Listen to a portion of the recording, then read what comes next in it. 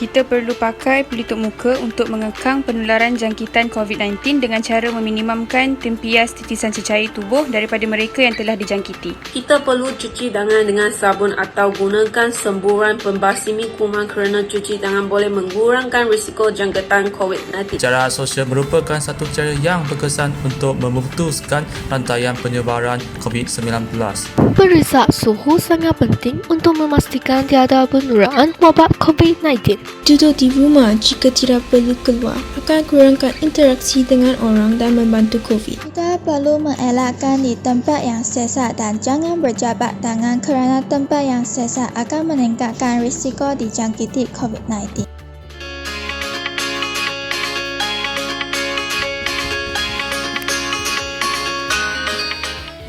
Jururawat memainkan peranan yang amat penting dalam pandemik COVID-19.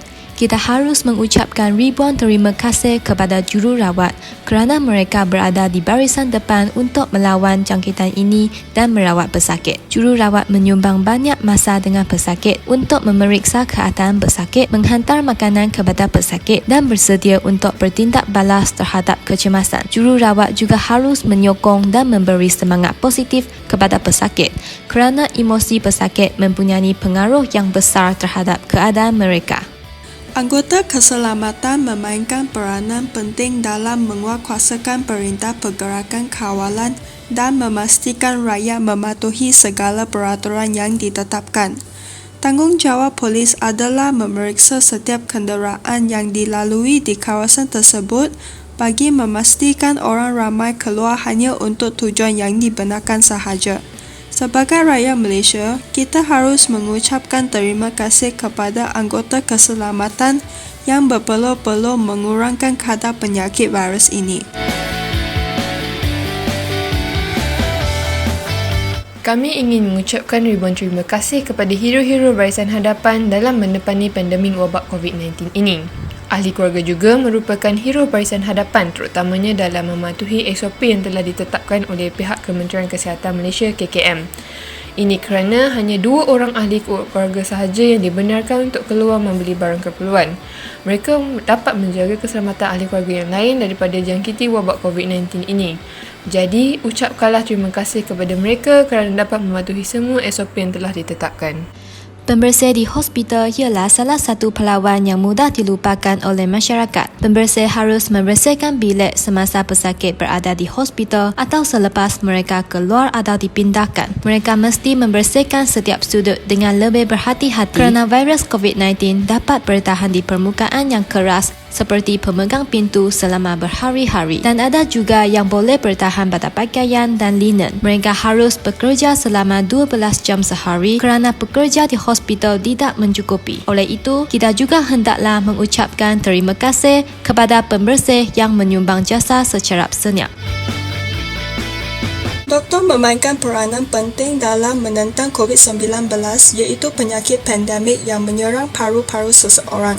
Tanggungjawab doktor adalah mengawasi vital seperti suhu, tekanan darah dan tahap oksigen pesakit.